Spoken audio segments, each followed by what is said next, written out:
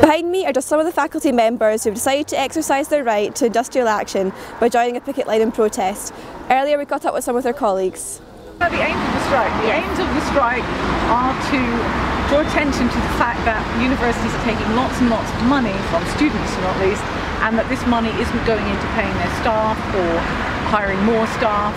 The money isn't really going into the stuff that directly affects students, and we would like it's partly to do with our pay claim, because we think they should pay us in line with the way they pay themselves, maybe. Yeah. Really, if you care about education and what students are getting out of university, you would care about how their lecturers are paid, how many lecturers they have, where the money in universities goes to. So, also they're docking our entire day's pay for going on strike for 2 hours.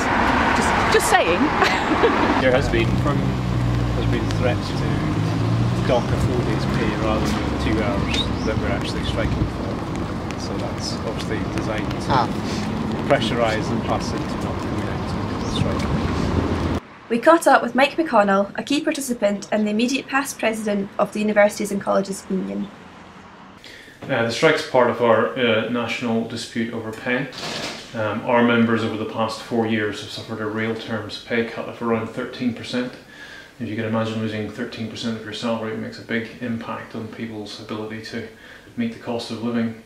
So we're looking for a better pay rise than the one we've been offered. We've been offered 1%, which, as you'll be aware, is way below inflation. So the employers so far have refused to negotiate in good faith. In the previous two disputes, the current one and the previous one, we've seen a huge increase in universities' pressure on staff not to participate. And what this has boiled down to is that they're docking our pay at a much more punitive rate than they have done previously. They're also withholding pension contributions, including benefits for death in service. So what this means in effect is if you're taking strike action and you die while you're on a picket, your dependents won't get the benefit of your pension. So it's a much more punitive regime than it was in the past, and we find that very disappointing. And again, it's been counterproductive, I think, for the university, because it's actually increased support for our action amongst members. In fact, every time the university issues one of its statements about such matters, we usually get an uptake in membership. So do you think the student support is important? Absolutely, we couldn't do it without student support. We've never not had student support, but the university typically tries to play students against staff, and of course students are too wise to do that. A final offer of a 1% salary uplift for all staff was made by the university as no resolution was reached during recent negotiations.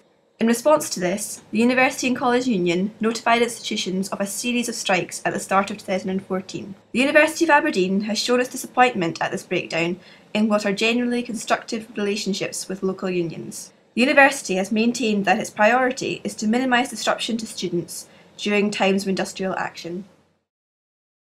This has been a Gaudie News Report for GaudieTV.